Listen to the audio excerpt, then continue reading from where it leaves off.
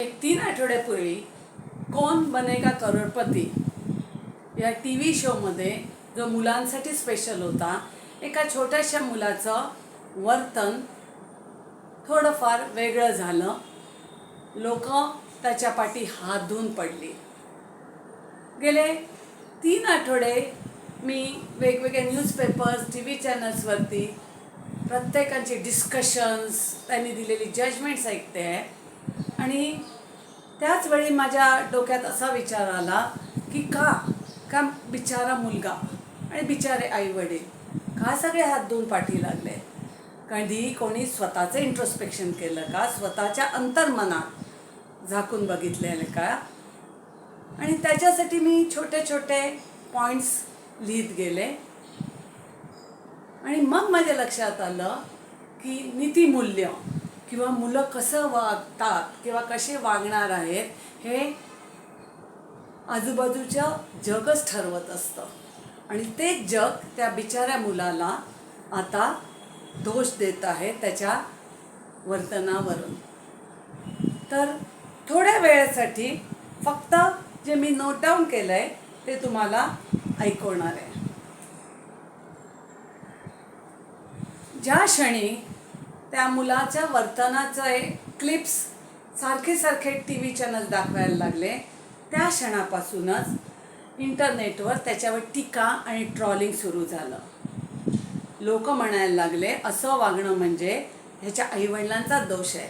हे Chinese parenting style झालं. खूप लाड केलेला मुलगा असावा, अति लाड केलेला, वाईट संस्कार दिलेले. पण अरे तो फक्त 10 वर्षाचा मुलगा आहे. एका छोट्या चुकीसाठी जर ती चूक असेल तर सगळ्या जगासमोर त्याला असं आणणं योग्य आहे का? एखादं मूल चुकीचं वागतं म्हणजे ते वाईट ठरतं नाही, तर तो एक संकेत असतो. कसला? तर प्रत्येक ॲडल्ट मोठे स्वतःला शहाणे समजतात, त्यांनी थांबून विचार करण्याची ती वेळ आलेली असते.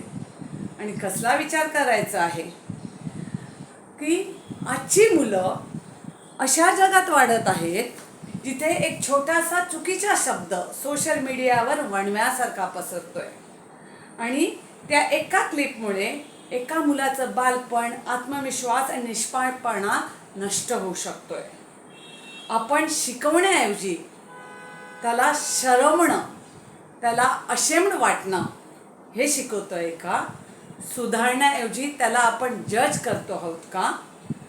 सगळीचकडे पेरेंटिंग स्टाईल, पालकत्व, मुलांना कसं वाढवायचं ह्याच्यावर चर्चा, ह्याच्यावर ॲडवाईस दिले जातात.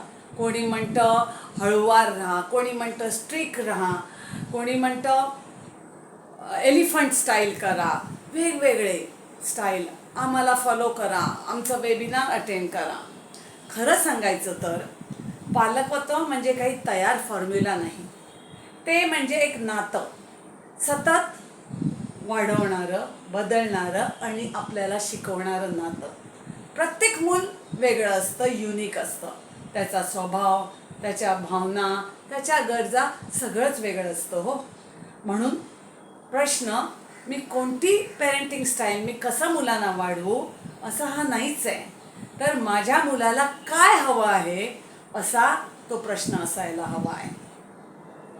संस्कार हे मोठमोठ्या भाषणांनी होत नाहीत, ते होतात रोजच्या वागण्या बोलण्यातून. आपण रागवलं तर मूल राग शिकतं, आपण दुसऱ्याचं ऐकलं तर मूल पण ऐकायला शिकतं, आपण आपली चूक मान्य केली तर तो प्रामाणिकपणा शिकतं. आजच्या आर्टिफिशियल इंटेलिजन्स आणि सोशल मीडियाच्या युगात जेव्हा मूल माणसांपेक्षा पडद्यासोबत, स्क्रीनसोबत जास्त वेळ घालवतं, तेव्हा संस्कार ही लक्झरी नाही आहे, तर ती एक गरज झालेली आहे. आणि ह्या संस्कारासाठी तुम्हाला काहीच करायचं नाही आहे, तर एक सुंदर जादुई मार्ग मी तुम्हाला सांगते, ती म्हणजे पुस्तकं. तुम्ही नोकरीवर जाणारे असतील, तुम्ही घरात तुम्हाला खूप काम करत असतं, मला पूर्णपणे तुमचा प्रॉब्लेम समजू शकतो, आदर आहे त्याच्याबद्दल. पण फक्त फक्त त्यांच्यासाठी अर्धा तास द्या. मग तुमचं मूल 2 वर्षाचं असो, 5 वर्षाचं असो, 10 वर्षाचं असो, 15 वर्षाचं असतं, त्यांच्या वयाप्रमाणे पुस्तक घ्या. त्यांना वाचण्याची आवड असेल तर त्यांना आणून द्या, वाचून देत. वाचण्याची आवड नसेल, बिलकुल फोर्स करू नका. तुम्ही रोज 4 पानं 5 पानं त्यांना वाचून दाखवा. अहो, दुसऱ्यांनी वाचलेलं कोणीही एन्जॉय करतं, अगदी तुम्ही आम्हीसुद्धा एन्जॉय करू. थोडं त्याच्यात नाट्य घाला आणि बघा मुलं तुमची कशी एन्जॉय करतील ते. ह्यानी काय होणार आहे? ह्यानी बरंच काही होणार आहे. जेव्हा मुलं ऐकतात तुम्ही वाचलेलं किंवा स्वतः वाचतात, तेव्हा ती केवळ शब्द वाचत नसतात, ऐकत नसतात, भावना समजत असतात.